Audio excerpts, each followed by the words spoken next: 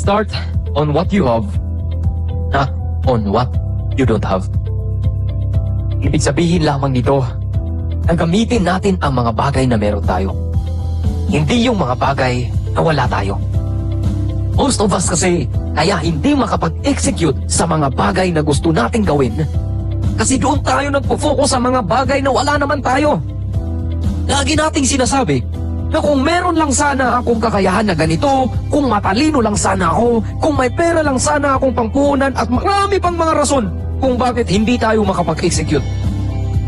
Alam mo kaibigan, sa totoo lang, maraming bagay ang inilagay ng Diyos sa atin. May something na inilagay ang Diyos sa buhay natin na wala ang iba, na siyang makakatulong sa atin tungo sa tagumpay.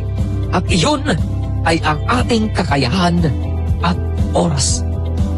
Iba-ibang kakayahan, pero may isang siguradong kakayahan na meron tayo na gustong-gusto natin gawin dahil doon tayo mas mahusay.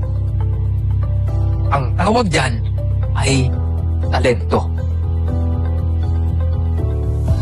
Ito yung kakayahan natin sa isang bagay na kung saan passionate tayo. Ito yung magiging clue natin sa ating future. Lalo na kung bibigyan natin ito lagi ng atensyon. Pero ang problema, nababaliwala natin ang talento natin dahil wala tayo sa focus. Hindi tayo nakafocus sa kung anong inilaan ng Diyos para sa atin.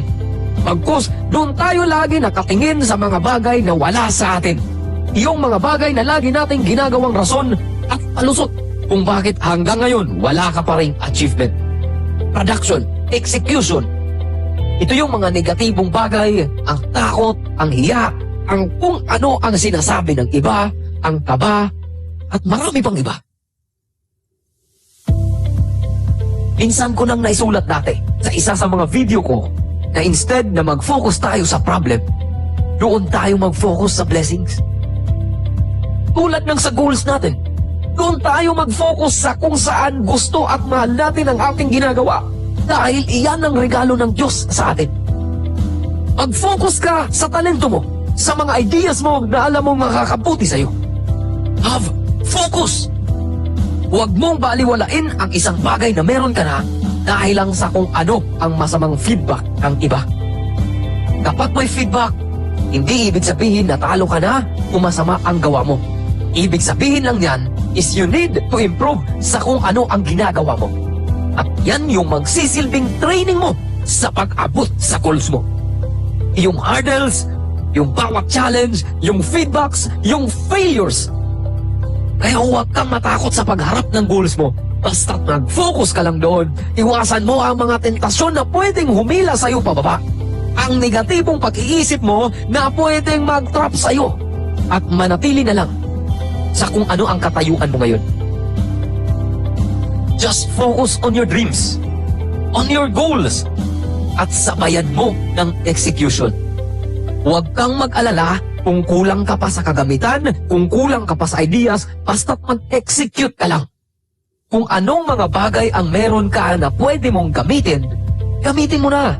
Dahil dyan lalabas ang tunay mong creativity, ang initiative, at dyan mo mapapatunayan kung gaano ka ka-passionate sa iyong ginagawa at kung gaano ka ka-focus sa goal mo. Na kahit pakonti-konti pa lang ay gumagawa ka talaga ng paraan para sa iyong kinabukasan. At along the way, habang natututo ka sa bawat experience mo, ang mga maliliit na bagay na ginagamit mo, ang mga pakonti-konting pamamaraan ay siguradong lalago at mag-grow. God bless.